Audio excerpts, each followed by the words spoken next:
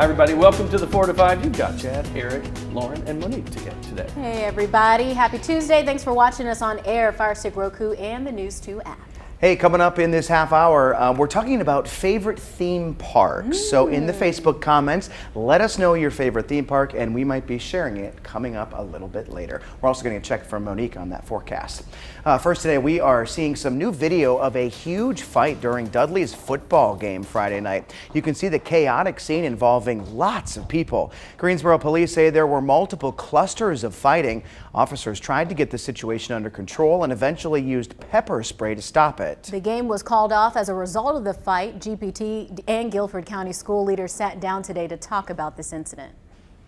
We're working with law enforcement this week to look at the safety plans. Every safety plan that we have includes athletic events, so we're taking a look at those and thinking about, we want football games and basketball games to be safe and fun for fans, and so we're working together in conjunction with law enforcement to make sure that we're ready to move forward. Dudley says the game remains in a suspended state. Greensboro police say they have charged one juvenile with disorderly conduct. Well, it was an emotional day for parents in Uvalde, Texas, the first day back after that deadly school shooting. A lot of students were dressed in maroon, that color honoring the students and the teachers who weren't there today. Yeah, there were many new safety features. The most visible, probably, an 8-foot fence around some schools. The first day also meant a new school for some students, with Robb Elementary School closed now and set to be demolished. Alyssa Tejas is in Uvalde today. The morning appeared to go smoothly for administration and staff here at Uvalde Elementary School. Students were skipping and running into class. We also saw some smiles, even though for some parents it was an emotional time dropping their kids off for the first time. The students showing courage because for some of them coming back was a little bit scary. One student even had a group of motorcyclists escorting him for the first day. Still, safety is heavy on the minds of families. The school year was delayed to strengthen safety and security, yet many of these projects are still incomplete. The district has installed non-scalable fences at 2 of the campuses, with 6 remaining. New security cameras have only been installed at Uvalde High School, and although progress has been made at some of the schools, the district is still working to secure all of their lobbies.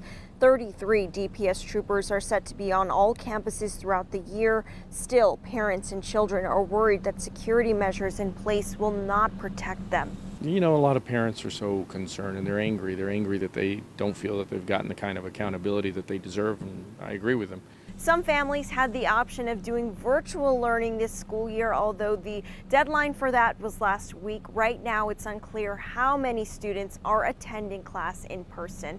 Reporting from Uvalde, I'm Alyssa Tejas. Back to you. I tell you, as a parent, it would be so hard to go back and see those buildings and all that again. Good for them for being able to do that. I know they've taken the safety precautions and all that's good, but that would be so difficult for me, I would think. I like that school leaders are allowing a chance for families to breathe with allowing that option for the virtual learning, because that's a lot to deal with. I would imagine that every year going forward or every day going forward for those families is going to be a difficult time. So the fact that they're not rushing people to just go back into the school doors, they're giving them that option, that's comforting to ease hear. back into it, yeah. And that first day of school, is supposed to be a fun one. Yeah. A lot of excitement. As you know, a lot of my family lives in Uvalde, and my cousin posted a picture today of her daughter going back to school, her back to school picture for the first day. And it was so cute. She had a shirt on that said Uvalde Strong, and it had a picture of all of the kids who died. Really? It was just like a nicely well done, put together shirt. And of course, all the comments on there just, we're praying for you today and every day that you're in school. It's a shame that that's where we're at right now. I know, but you have to take those security steps, and I think, like, Lauren, you hit it on the head. It's the fact that they're allowing them to take their time and to ease back into this. And, with time, it'll all heal, but it's just a little fresh right now. And the fact that this did take place several states away, we're making some changes here at home with, updating our security measures and things of that nature to prevent something like this from happening again. Very true, very true. All right, we're going to get into some of our headlines with your 4 to 5 roundup. Doctors cleared Wake Forest star quarterback Sam Hartman to return to play. Last month, the team announced Hartman would miss an indefinite amount of time with a non-football related injury. We now know Hartman was dealing with a blood clot as part of a rare medical condition. He had a procedure done to remove the clot and surgery to eliminate pressure of the vein. His doctors say everything looked great during a scan on Friday. Hartman is listed as the starting quarterback heading into this week's game against Vanderbilt. Tonight, the Greensboro City Council will vote on a new flock camera locations. The cameras were first purchased last year, used to take pictures of license plates and stolen cars. The city says they've been successful and now plan to add more cameras. Tonight, they will vote on exactly where they will place those cameras around the city. Today, the suspect accused of kidnapping and killing a Memphis teacher while jogging appeared in court. Memphis police also confirmed they found the body of 34-year-old Eliza Fletcher. The 34-year-old mother of two disappeared early Friday morning while jogging. Police say unreleased surveillance video showed Fletcher was violently grabbed and forced into a car. The suspect is now charged with first-degree murder and kidnapping. Right now, police believe this was a random act. Comparing yesterday's weather to today is like night and day. I mean, yesterday it was gray, it was gloomy, rainy, and wet. Today we're feeling the heat. It's been plenty of sunshine out there, and the humidity is certainly back once again. A much different picture on our satellite and radar as compared to yesterday. It was so busy, especially if you were in those northern towns and cities like Reidsville, Mount Airy, all of Caswell County. A lot of folks got to see rainfall yesterday. Even our sky view shot of Greensboro is much different. We do have the clouds out, but the sun is peeking through and allowing for a little bit more light on these buildings. Yesterday it was such a gray picture.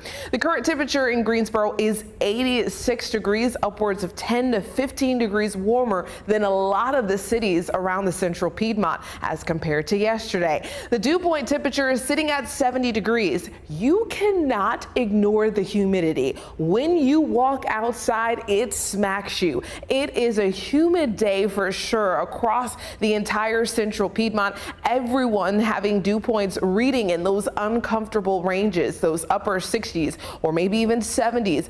Folks are feeling the stickiness of the summertime. Although the temperatures may not necessarily be in the 90s, the humidity feels uncomfortable. Now, a cold front will cross the area tomorrow morning. That will lead to a less humid and cooler air mass to be in place for the latter part of this work week. So your Thursday and your Friday is shaping up to be better days as compared to today. But as we head into the weekend, well, things are going to change once again. Tomorrow, that forecast high of 84 with a few storms around. Winston-Salem police say 5 kids were in a car involved in a police chase and crash early yesterday morning. Investigators say an officer tried to stop the car, but it kept going, eventually crashing on Trade Street. Police say the 16-year-old driver did not have a license. All 5 kids went to the hospital, but we do not know the extent of their injuries. Charges are pending. A Forsyth County program is giving teenagers who commit minor crimes a second chance. WFMY News 2's Denise McMiller explains how teen court works. Well, 90% of teens referred to teen court do not commit crimes again. Their offenses are weighed here at the Hall of Justice by a real sitting judge with an actual trial. The purpose of the program is to give teens who commit minor crimes a chance to correct their wrongs without having a record. The teens who commit offenses are referred to the program by school resource officers. Kids ages 10 to 17 go through the teen court intake process. Being that they are minors, we are not able to show visuals of the process. But offenses that could land a student in court are fighting, minor drug offenses, having a weapon, or excessive disrespect. Unfortunately, there are still referrals coming in. We're dealing with some referrals that came in several months ago now because we do have a backlog. But those who do go through the program, like Donnell Grace, turn their lives around. In high school, she was the lookout while her friend stole items from a store. She was referred to teen court and did her community service. She came back to serve on the other side of the program, where teens are trained by Wake Forest law students to become prosecutors and attorneys in the program. She's now a practicing attorney and coordinator in the program. Being able to have a second chance and not have a juvenile record has had untold positive results on my life. I can't imagine what things would be like if I had to report that there was this massive incident, or had to have something expunged, or always having to explain away a mistake that was made in my youth. Most students who leave the courtroom typically have consequences like taking life skills sessions or doing community service or even having to write an essay. You can learn more about this program by visiting our website. A Triad Baby and Parenting Expo is back for the first time since shutting down due to COVID-19. Why the event's resources are needed by new parents now more than ever. That's next when the 4 to 5 returns. We'll be right back.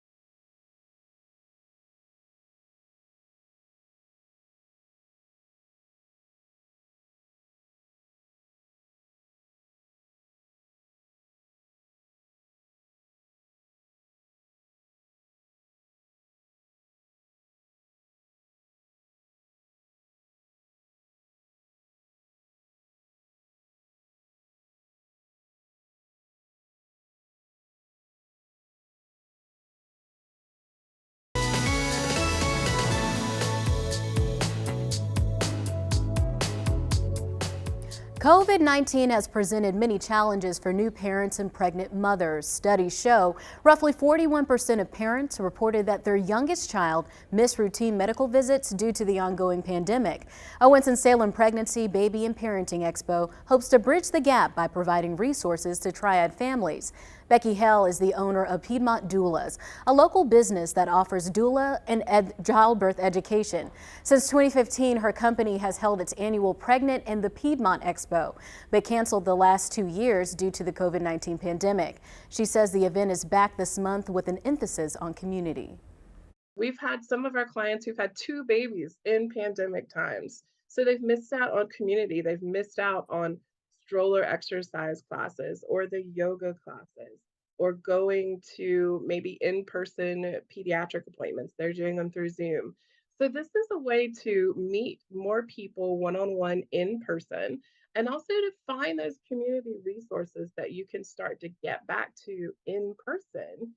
And enjoy that sense of community that makes us all thrive as parents and as families. Pregnant in the Piedmont showcases the area's medical resources, nonprofits, and community resources that focus on growing families. Hill says over 70 vendors will be in attendance. We also have educational breakout sessions throughout the day. We call them tiny talks. So they're on a variety of topics like swaddling and soothing your baby, pelvic floor care 101, is midwifery care right for you, pediatric dentistry. And then we also have mini classes or demonstrations that are ongoing, and you can participate in these. And you don't have to be pregnant to attend. Hale says there are several vendors and sponsors focused on parenting. This year's expo will be Saturday, September 17th from 12 to 4 p.m. outside the Navant Health building at Haynes Mall. Admission is free and registration is not required. So I think this is a really awesome tool that they have available to families and expecting parents, because as we know, new parents, there's no rule book to really go by. You kind of just learn as you go, but any type of information that you can get can help you. Some of the resources they're providing are free. So this is just an awesome event to have.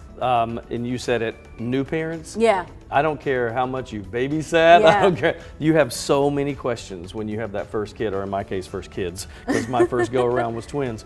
I had no idea what I was doing. I was on the phone with my mom and dad all the time trying to figure it out. And I want to encourage guys need to go to this. Yes. You know, I know some of them would be like, oh, well, you know, I'm not. No, yes, you do, because you'll have questions that you can't answer and that your spouse won't know either. That both of you need to be informed on this. And if you have other children, bring them too. She was saying that they have workshops for siblings, where siblings can learn how to properly hold their new baby brother or sister, how to change their diaper as well.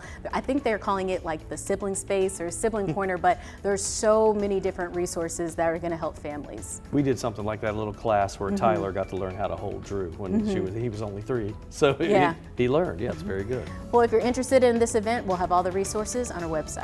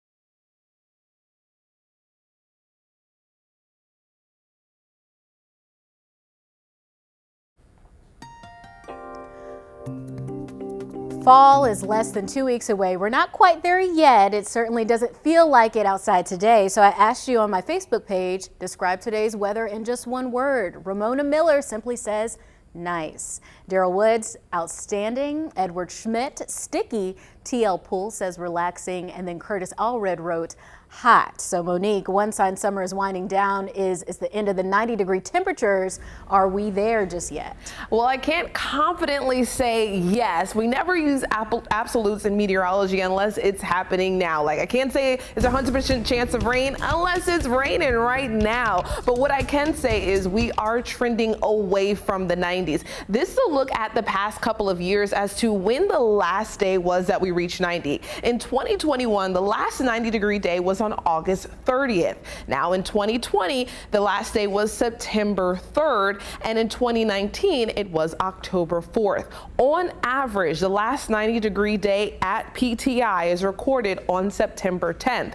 We haven't seen a 90 since August 10th, but we have seen 37 days with 90 degrees recorded this year, and that's right on par with average yearly numbers indicate that we'll usually get temperatures at 90 or above 90 37 times throughout the summer season, starting as early as May, continuing through June, as well as all the way through the month of July, August, sometimes September, and even October. We've seen that in many years. This is a look back at the past several years to see how many times we've seen 90 over the past several years. Now, not all of them staying in the 30 range, some of that well beyond that. Look back in 2016, we had 56 days in the 90s. Now, the key thing between last year and this year, why things seem so different, is because in the month of July during 2021, we had a lot more days of 90s. However, in this season of the summer, we've had it more spread out. So we've seen the 90s in June, we've seen them in July, as well as August, unlike in past years where they're concentrated in 2 months or so. It kind of felt like, oh, it's really summertime now, but it's been summer. It's just been a more spread out season, unlike in past years. 2016, I mean, that's almost 2 months. If you were to lump them all back to back, I mean, that's almost 2 months of 90s. Yes. I don't remember that. It's funny, when I moved to Florida, you can appreciate this living in Florida at one time in your life too. We had 90-degree days every day for like 7 months. Wow. And so when I got there, my friends would say, how is this different from when you lived in North Carolina? I said, we used to count the number of 90-degree days that we get. Here it's just a given. Yes, that's just how it is. Well, I'm looking forward to stepping away from the 90s. Love fall, my favorite season. I love the fashions. I love, just the cooler weather. You don't have to worry about feeling sticky when you go out for a walk. You don't have to wake up super early to miss the heat or wait super late at night. So I just want to say goodbye to the humidity. I don't know if it's the temperature itself, it's just the humidity where I'm kind of just like, can that just go away? Because it's just, you're always wanting to take a shower. yes, feeling sticky at all times. All the I do time. not like it. I just really like the 90s. You do. He That's likes because you summer. come from the tundra. Yeah. That's true. Yeah. But I mean, and I think I would feel much differently if I was a reporter at this station versus an anchor, because I mean, you're out in the field and you are sometimes wearing dress clothes, Carrying and equipment, absolutely. makeup running down your face. Right. It's a whole thing out there. Yep. I mean, when we're in the weather garden, we're pretty much in the elements too. There's nothing I hate worse than wearing the full-on suit and being out there. Yes. Or like me with the umbrella and the mosquitoes yesterday. I texted Monique And the and spider said, web. they really have you out there in the elements tonight. Raining sideways. We're going to take a break. We'll be right back. We'll do that. That mosquito web.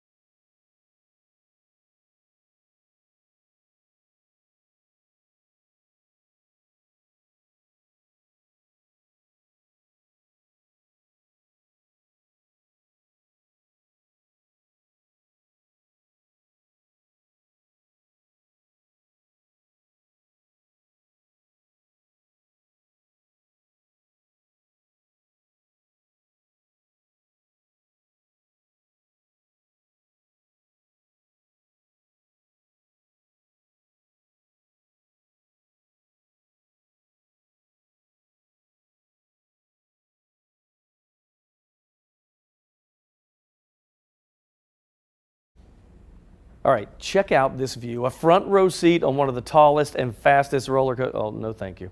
But videos of this ride now are the only way you can enjoy this. So Cedar Point in Ohio announced plans to retire the Top Thrill Dragster roller coaster. Yeah, this is a big deal. That ride has been shut down since last year when a bracket fell off the ride and hit a park goer. An OSHA investigation found no wrongdoing by Cedar Point, by the way, but now the park says they will work to reimagine that ride. That ride opened originally back in 2003. It would launch riders 420 feet high and up to speeds of 120 miles per hour. Whew, that's a mess. Yeah, speaking of roller coasters, today on Facebook, I asked you, what is your favorite theme park and why?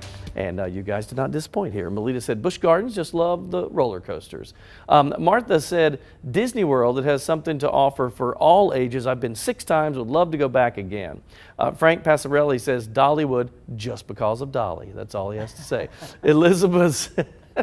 Elizabeth said, sea breeze in New York, it's a small town, but feel relaxing there and a little bit challenging also. I think for me, I mean, you know, I'm not a roller coaster guy, but Carowinds was the closest one for us. So that was really the only one. I went to Busch Gardens a few times in Atlanta and then in Williamsburg, but those are the only 3 really outside of Disney. I mean, I've always gone to Disney. Yeah. Disney's a whole different level. Yeah, like, I don't even count that. Yeah, that takes like several days to get through the whole but park. a regular one I'd have to say Carowinds. I love amusement parks. I love roller coasters, but I would have to say that King's Dominion in Richmond, Virginia, that's my favorite theme park because that was closer to my home. And we went there every summer. We went there for church events, school events. You can get lots of cheap tickets, you know, sales and things of that nature. And it's also a water park too. It's not just roller coasters. Oh, I would like that. So it's a lot of fun. I'm all about like Disney, Orlando, Tampa. Like I love SeaWorld. When I was a kid, it was all about Universal Studios, just because I like the behind the scenes stuff that you get to see from some of the movies and shows. Now as an adult, being over 21, I like going to Epcot because there's this thing called drinking around the world. Yes, that's right. You get to have drinks from all these different countries, and I really enjoy that. Can I tell you? Go ahead, Laura. You had No, you can go. No, it's just a funny story that happened. Well, it's not really that funny, but it's amazing how Disney handles things. I was in Epcot in 2000, and it was the big celebration. They had a millennial parade, they called it, where all these things. And I saw 2 men get into a fight, which you never see at Disney. Right. 2 adults near the English Rose and Crown pub, which you've probably been to, right? So they're standing out there, and they started going out. Disney security came out of the trees. I'm not kidding. I think the trees were like fake, like open up, and these guys come out, and they just took them grabbed away. them like a magic hand. It was like robots that just came out, and they were gone. And everybody's like, okay, back to having fun. It's crazy. Wow, You know, Disney. one of my wishes for this year and next year, for the 2 of you to ride a roller coaster. Oh, with no, me. no, Absolutely, sign me up. not me. For you to ride a roller Nope. coaster with me. You better have straight jacket and medicine. All right, we're going to take a break. We'll be back. Straight jacket. Nope.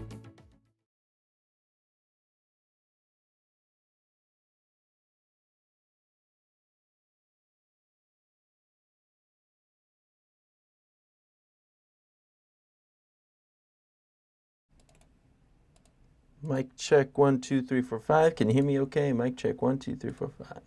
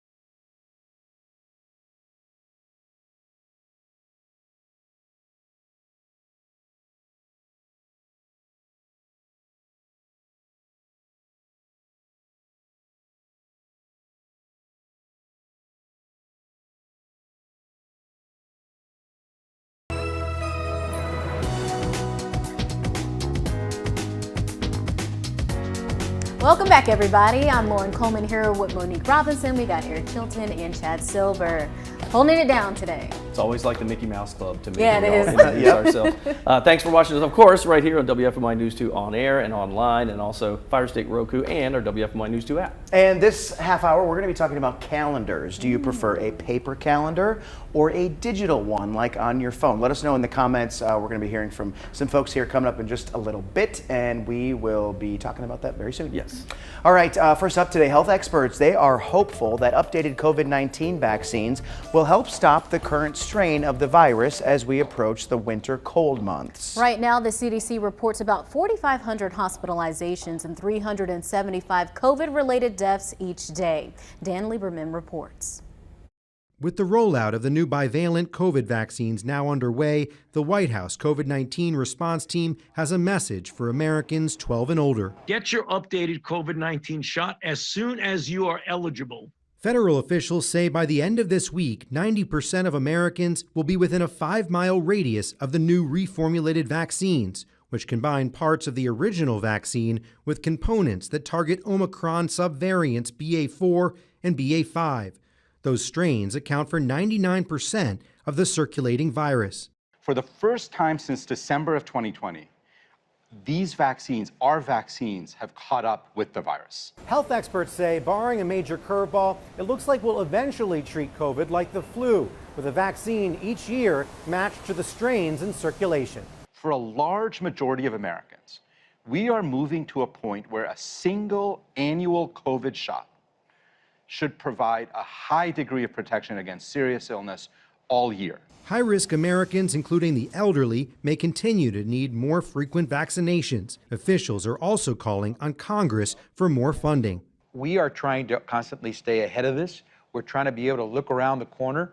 It gets tougher and tougher as you get fewer and fewer resources. The government website that offered free at-home COVID tests has already shut down because of a lack of funding.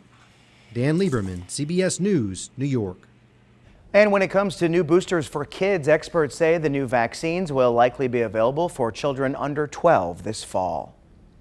Cone Health will host a pop-up monkeypox vaccine clinic this week. Those eligible for the vaccine include those who have been in close contact with someone who had monkeypox in the last 2 weeks. The clinic will be this Friday from 9 a.m. until 4 p.m. at the Triad High Projects Ground Day Center. That's located on 210 East Bessemer Avenue. Cone Health is encouraging people to make appointments on their website because supply is limited.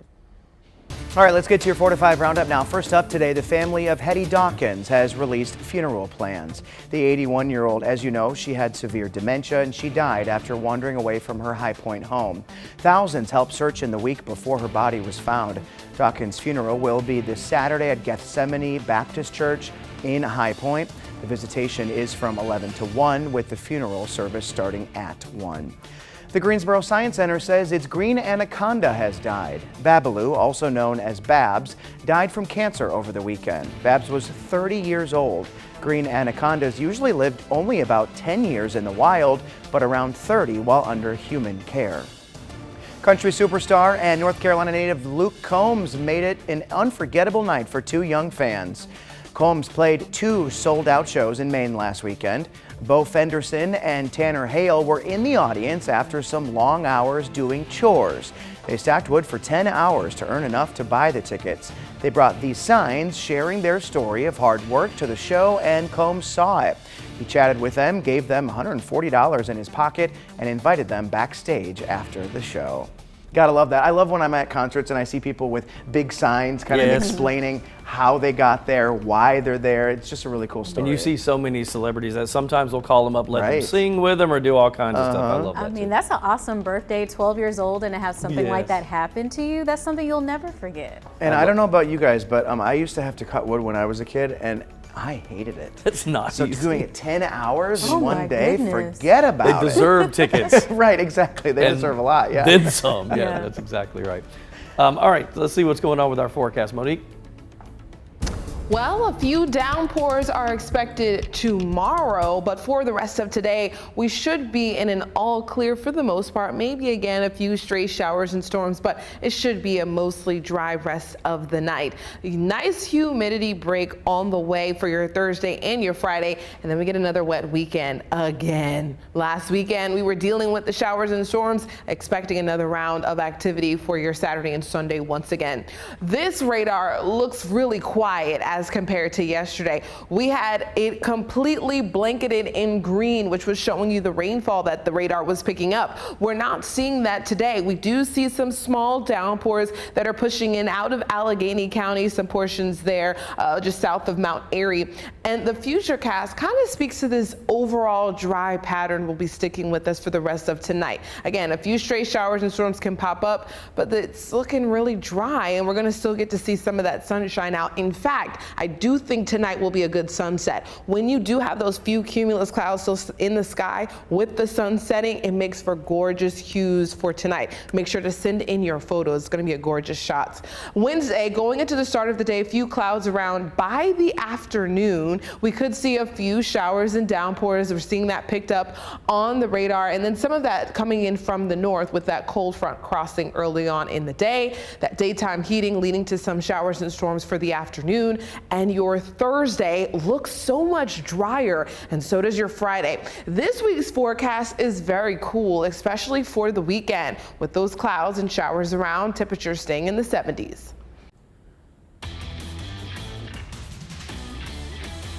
You know, I could pretty much guarantee you that Richard Petty was celebrating more than just Labor Day yesterday. The King's newly formed Petty GMS Motorsports got its first win of the season at the Darlington Speedway. WFMY News 2's Sean Higgins has details on that historic victory.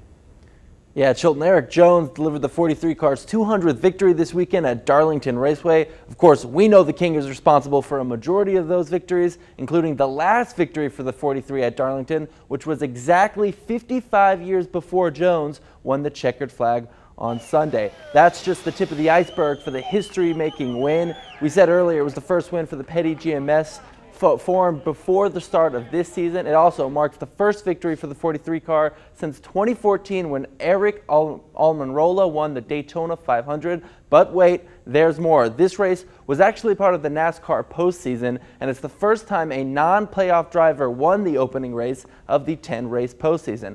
That's gotta feel good for driver Eric Jones, whose last win was, yep, you guessed it, at Darlington in 2019. After the win, Jones talked about his relationship with the King. Yeah, I did talk to him, and that was cool. I mean, I obviously have gotten to know the King pretty well over the last year and almost 2 years now, and I wish I could have seen him face to face, right, just to see his emotion, and I will. I really would love to just sit down and watch the race with him, especially the ending there, and talk about it. But it's been fun, man. The next race up is this Sunday, the Hollywood Casino 400 at the Kansas Speedway.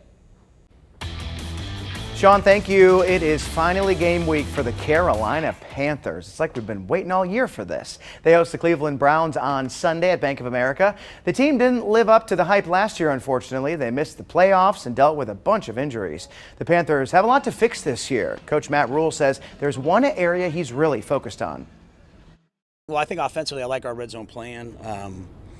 I think one of the keys to winning in this league is the ability to throw the ball into the end zone, and so we've worked a lot on those types of throws. We've gotten a lot of work down there to make us more comfortable, and defensively, that's the area that we struggled in. I think you see a lot more improvement. Rule says they won't know for sure how far they've come until those games begin.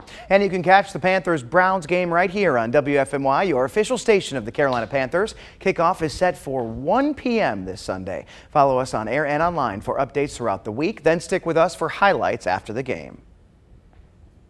And don't forget about Friday Football Fever. It's time to vote for the game of the week. Let us know where you want WFMY to come and visit as our game of the week. All you have to do is go to our website, WFMYnews2.com, and vote in the poll. Right now, Lefford versus East Davidson is in the lead. You have until tomorrow at 5 p.m. to vote.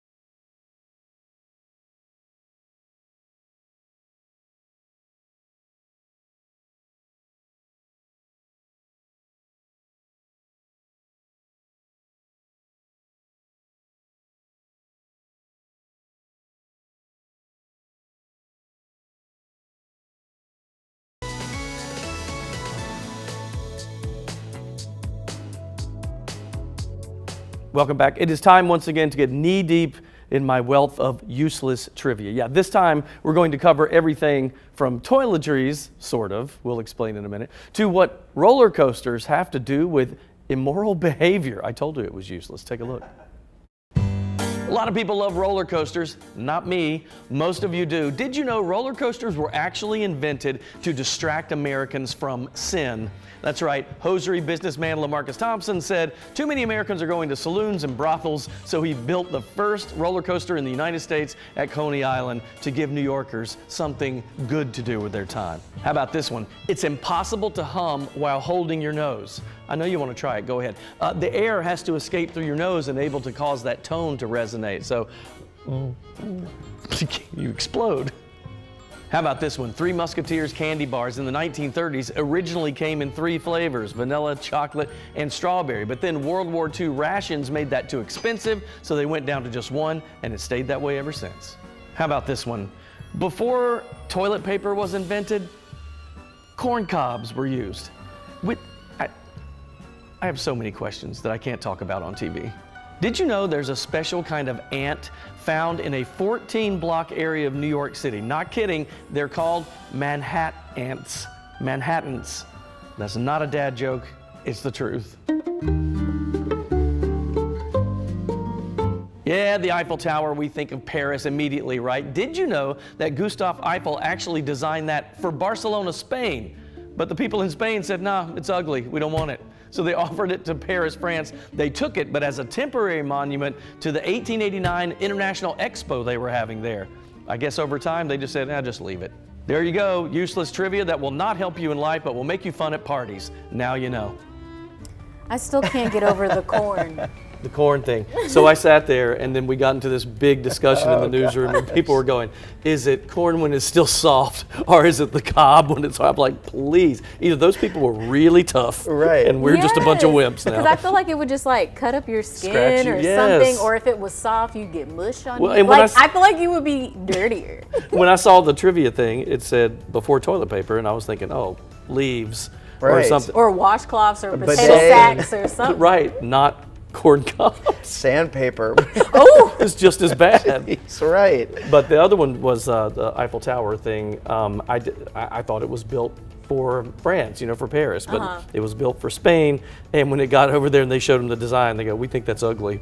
And so he goes, okay, I'll offer it to France. And they had an expo coming up that year, late 1880s. And so France took it, but it was going to be temporary because even some of the Parisians didn't think it was that good looking either, but it ended up staying. I like the Three Musketeer part. Like, how great would a strawberry Three Musketeer be? I was thinking of that. So then you don't like it that part. I mean, I don't like it.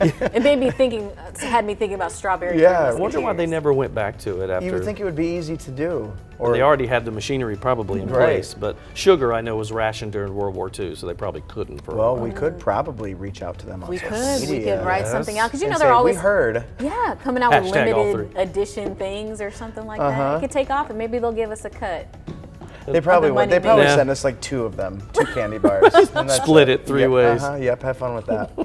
I like this useless trivia. Is this going to continue? Yeah, we're trying to do this every Tuesday. It's so funny. I could give you the most accurate weather forecast, but this is what people remembers when we do the useless No, trivia. I love this. They love it. You're so. gearing me up for Jeopardy or the next game show.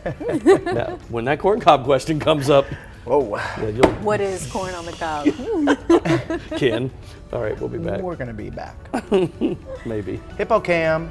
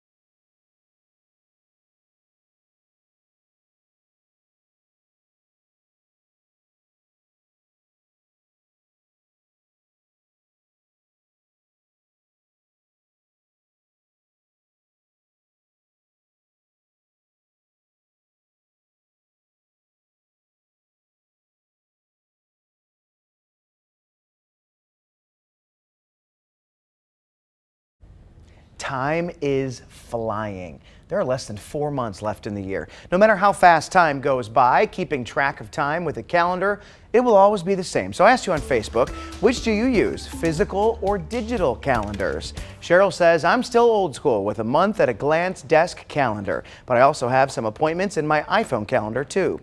Kay says, I have a paper calendar hanging in our kitchen that works best for us. Judy says, physical so we can write on it. Plus you can see at a glance what is coming up. Vanjie says, I'm old, I prefer physical. Digital is convenient, but I can't doodle on it. And Bruce says, strictly digital. Access the same calendar from my laptop and my phone. Betty says, desk calendar, and my all-time favorite is a perpetual calendar. And I have used one for years and continue to this day. You can pass it down to the next generations. I write births, deaths, snows, hurricanes, and all things of importance.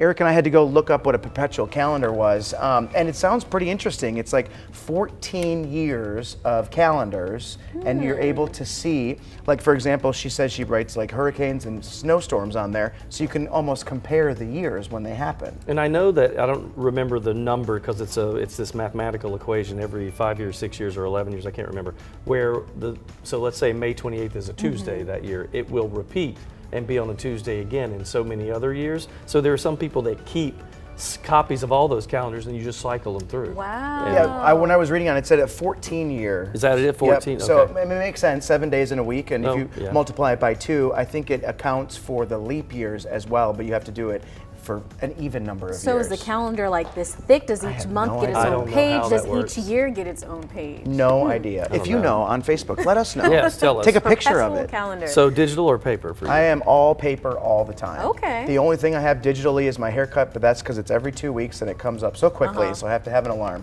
But yeah, I like the paper calendar on my desk, and that's just how it is. Do you have that at home and you mimic it here or just here? This is going to sound so bad too. I have one here, but every month I take a picture of the next 5 months. Wow. So I have a picture of it in my phone. Oh, that is funny. I wish I was that organized. I'm more of a digital person. I put it in my phone, and then we were talking about it at home. I have like the dry erase board calendar that you put on your kitchen that you can like write activities for the week. My cell phone is digital. I can get to it anywhere. It's, I Outlook. I live and die by Outlook. Someday you'll have to share what you have on your desk is like Monday, Tuesday, Wednesday, Thursday, Friday, the story that you're doing for each day. Yes, and that's just me handwriting. Yeah, Right. I've seen that on his desk too. All right, let's see what's happening. Monique, paper or digital?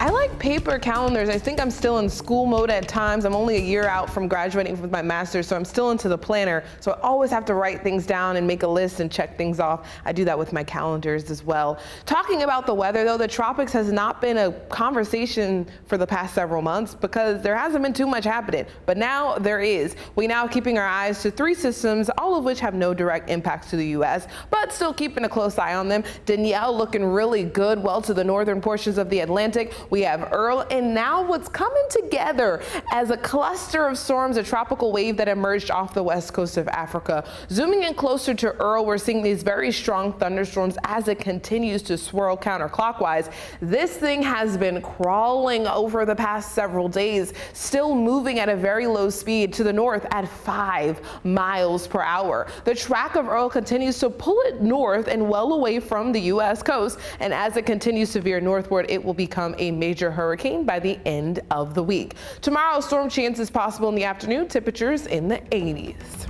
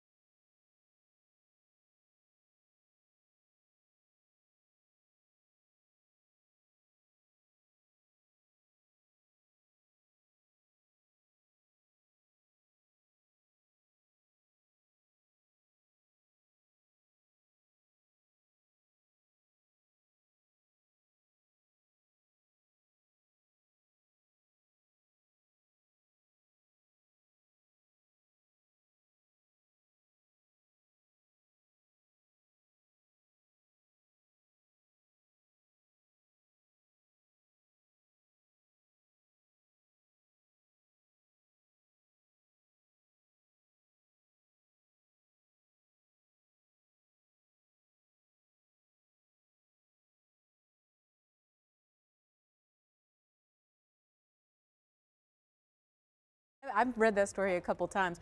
1, 2, 3, 1, 2, 3, 3. 1, 2, 3, 1, 2, 3, 3.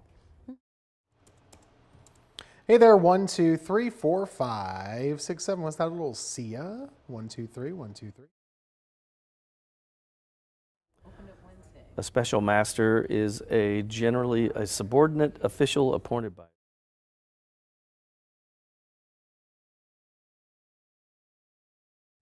Check, check, check. 1, 2, 3, 3, 2, 1. 1, 2, 3, 3, 2, 1. Mic check, mic check.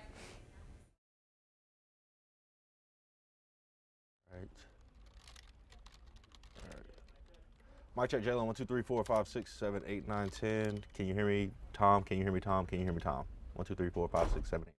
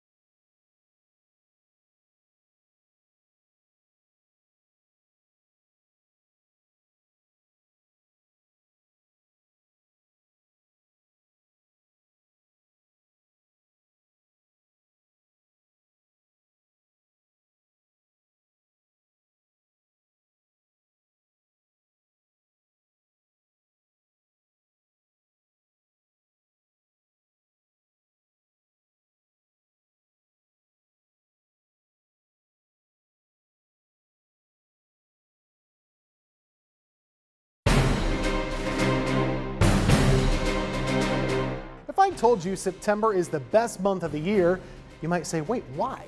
Hear me out though. We have falling temperatures, falling humidity, great weather, fewer crowds at the beach or the mountains if you want to take a trip. But the biggest thing I love about this time of year is football. While I love all football, to me it's all about Saturdays instead of Sundays. Yeah, I like the NFL just fine, but for my money, college football is my favorite. College has the bands and the fight songs. College has the cheerleaders and the mascots. College has heated rivalries. College has the student sections with louder fans. It just seems like each game means a little bit more in college than it does in the pros, partly because you can't afford to lose a few times if you want a chance to win it all. College football just has more pageantry and passion than the pros. Nobody rushes the field in the NFL or takes down a goalpost or rolls the quad. If you went to a football school, you're not just a fan, you're a part of that tradition, and it's a part of you. I went to school at Penn State and played in the band for all 4 years that I was there. I made lifelong friends that I still meet up with each year. This year, we're meeting up in Alabama to watch them take on Auburn. Last year, we went to Wisconsin. It's pretty special. Football Saturdays are more than just about the games. They're about connecting with friends and bringing that whole college community together. So, good luck to your team this fall. I hope your team does well. They're some of the best days of the year, but that's just my 2 cents. That's your 4 to 5. WFMY News 2 at 5 starts right now.